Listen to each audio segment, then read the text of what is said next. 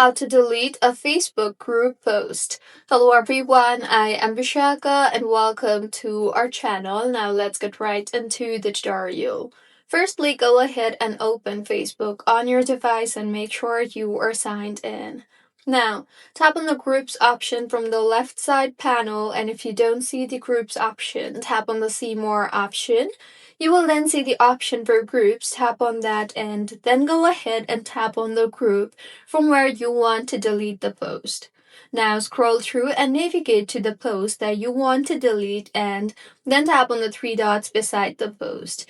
You will see the option for delete. Tap on that and in the confirmation that appears, tap on delete again, and with this, the post will be deleted. So this is how you can delete a Facebook group post. If you find this tutorial helpful, please like the video and do comment if you have any queries. Also, do subscribe to our channel for more helpful tutorials like this. See you on the next one.